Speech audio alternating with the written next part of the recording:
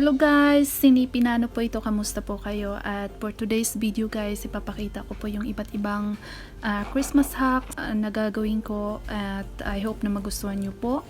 At alam ko po is isang araw na lang is Christmas na.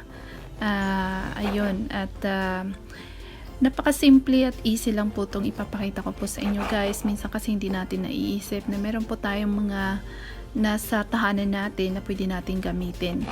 So, ayun guys, stay tuned at at the end of my video guys, I have a food hacks that I will prepare to you guys, and I hope you enjoy watching.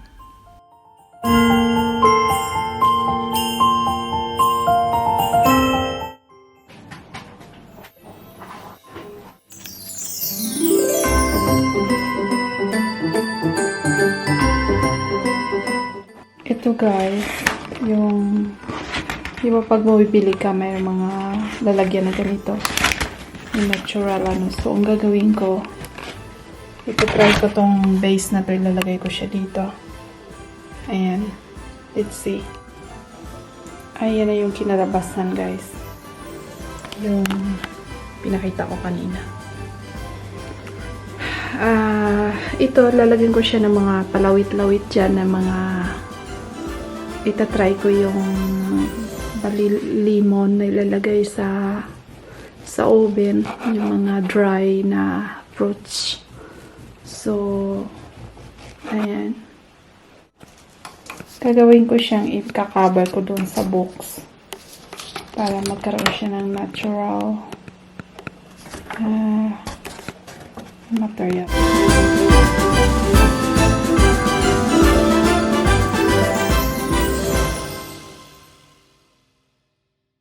Ito guys yung para sa toilet. Tutupiin ko lang siya bago gagawin natin parang yung gift tag niya. Ito na siya guys, kinalabasan. Bubutasan ko lang siya. So, ayan. Ready. And there is very simple.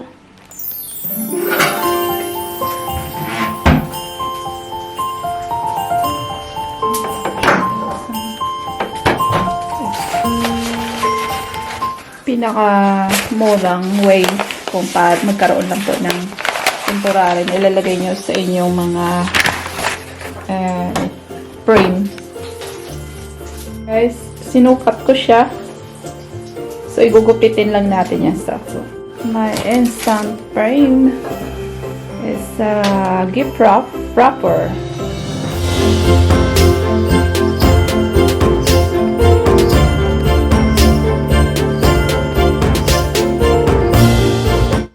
Guys, itong mga bola, gusto ko siyang gawing i-decor doon sa kwarto. Kaso lang, may pink siyang kulay. Ito parang mas okay pa siya kasi medyo naglilining siya sa brown. So, itong tatlo na to. So, ang gagawin ko, gagamitan ko siya nitong paper na to. Ito yung nilagay pag, di ba, pag bumibili ka sa mga, sa tindahan. So, meron silang mga papel. So, ika-cover ko siya dyan. So, let's see. Ayan na, guys. Oh, pwede na.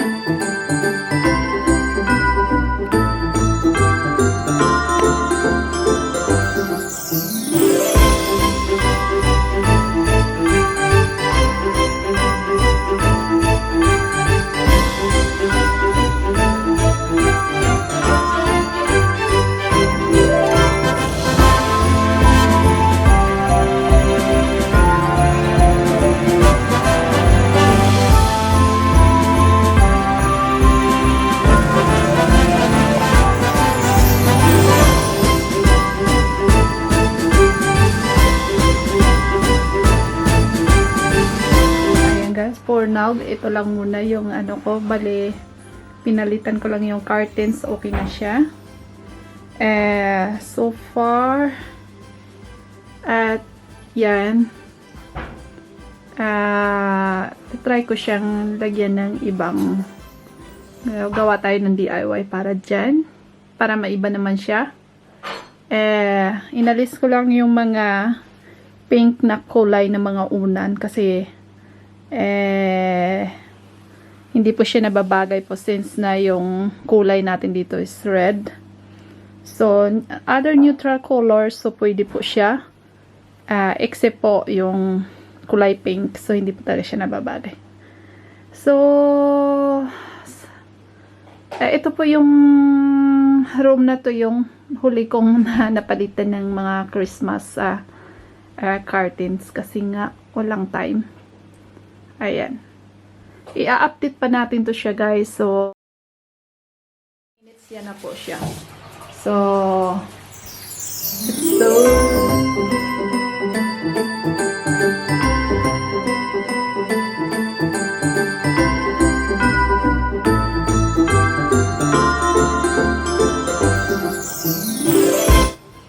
guys, gagawa ba ng pansit? So,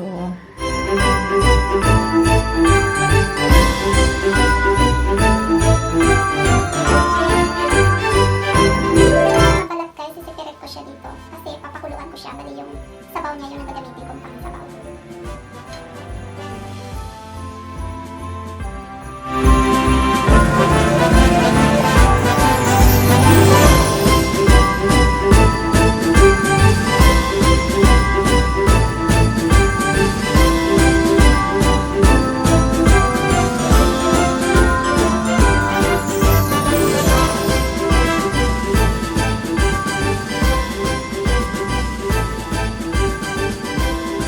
at ito po yung gagamitin natin.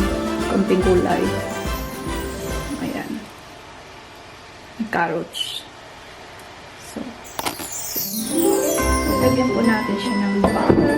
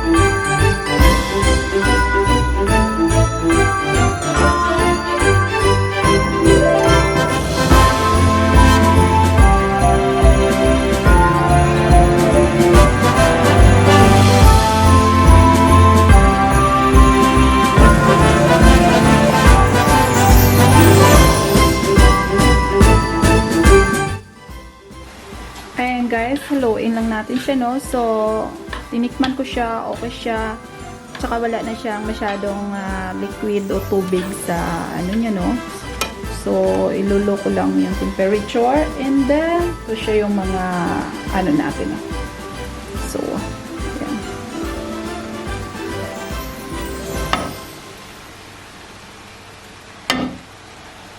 Ayan guys. So, haluin lang natin siya.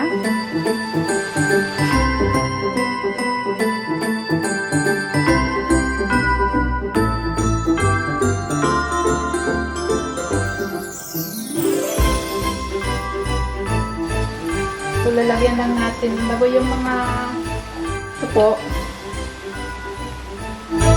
Ayan. So, sprinkle lang natin.